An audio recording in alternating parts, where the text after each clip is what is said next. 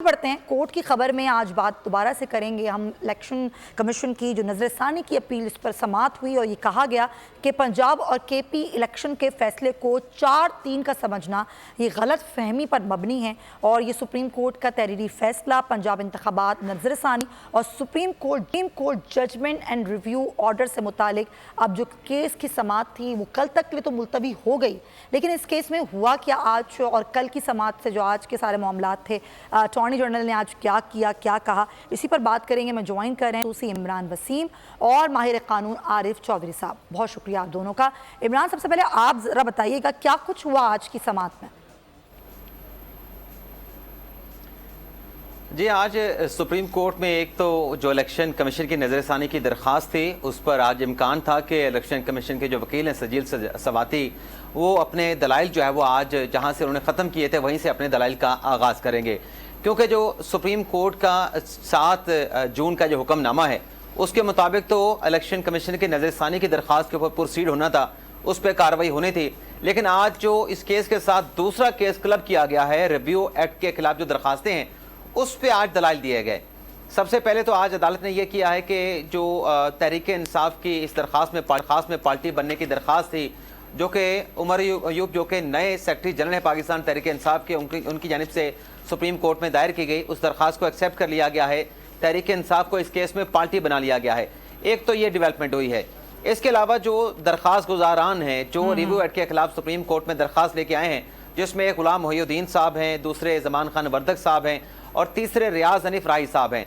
तो पहले जो 2 दरख्वास्त गुजार थे उन्होंने तो अदालत से कहा कि पहले तो आप ये करें कि ये जो कानून है, जिस तरीके से पहले कानून को अदालती इस्लाहात के हवाले से बनाया गया था उसको मुअत्तल कर दिया गया था, इस कानून को भी सस्पेंड कर दें और ये मुकदमा उसी लार्जर बेंच के साथ आप क्लब कर दें। अदालत ने उनकी बात नहीं मानी। अदालत ने कहा कि आप सबसे पहले दरखास्तों के काबिल समाअत होने पे दलाइल दें। अच्छा। इसके बाद उन्होंने दरखास्त के काबिल समाअत होने पे दलाइल दिए। जब इनके दलाइल मुकम्मल हुए तो फिर पीटीआई के जो वकील हैं बैरिस्टर अली जफर साहब, उन्होंने दलाइल दिए। उनको भी कम बेश वही दलाइल थे जो दरखास्त गुजार पहले दे चुके थे, लेकिन उनका मौक़िफ़ ये था कि ये जो कानून साजी की गई है ये आईनी तरमीम के जरिए तो हो सकती है, लेकिन रूल्स को अमेंड करके या कोई कानून बना के जो है ये जो राइट ऑफ अपील दिया गया है या फिर जो रिव्यू का जो दायरा अख्तियार है इसको बढ़ाया गया है, ये नहीं हो सकता। इसके लिए आपको आईनी तरमीम करना पड़ेगी। तो जज साहबान के भी कमोबेश यही रिमार्क्स थे कि अपील और जो नज़रसानी है इसमें फ़र्क है। अदालत का कहना था कि अगर जो आर्टिकल 188 है वो नज़रसानी के हवाले से, अगर आर्टिकल 188 में रिव्यू का राइट देना होता तो वहाँ पे जो आइन साज थे, जो कानून साज थे, वो नज़रसानी की बजाय अपील का जो है वो लफ्ज़ इस्तेमाल करते हैं, लेकिन यहाँ पे नज़रसानी का लफ्ज़ इस्तेमाल किया गया है। जी जी इमरान जी बोलिए। जी जी, उन्होंने कहा क्योंकि अपील का जो लफ्ज़ है वो आर्टिकल 185(3) में इस्तेमाल किया गया है, आर्टिकल 188 में इस्तेमाल नहीं किया गया, तो लिहाजा ये दोनों अलग अलग कंसेप्ट हैं। तो अपील जो है वो नज़रसानी का जो दायरा है उसको वाइडन बना के जो है इसमें राइट ऑफ अपील नहीं दिया जा सकता। तो ये जज साहबान के रिमार्क्स भी थे।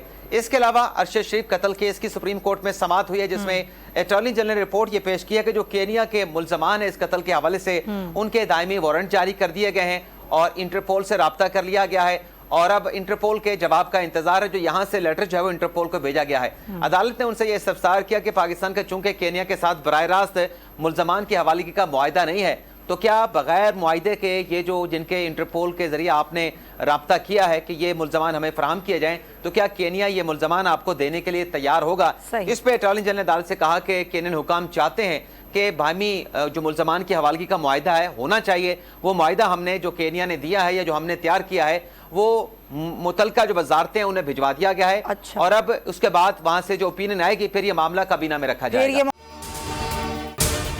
अगर आपको ये वीडियो पसंद आई है तो सब्सक्राइब करें और बेल आइकन पर क्लिक करें। बजट 2023-24 की सबसे बड़ी ट्रांसमिशन बोल एक मर्तबा फिर सबसे आगे। वजीर खजाना की बजट तकरीर की सबसे बड़ी कवरेज 62% अवाम ने देखा बोल की स्क्रीन पर। Welcome back to the budget transmission. सबसे बड़े पैनलिस्ट और रिपोर्टर्स की बड़ी टीम ने बजट के लम्हे लम्हे की अपडेट से किया बाखबर अपनी आवाम को। ज़ात अदाफ में यूँ कह रहा हूँ कि एक तरफ ये ख्वाहिश है कि लोगों को रिलीफ दी जाए, क्योंकि इलेक्शन सर पर है तो कोई ऐसा बजट दे जो पॉपुलिस्ट हो। क्योंकि बोल रखता है खबर के हर पहलू पर नजर, बोल है सबसे आगे सबसे पहले। सब्सक्राइब करें और बेल दबाएं ताकि कोई खबर रह न जाए।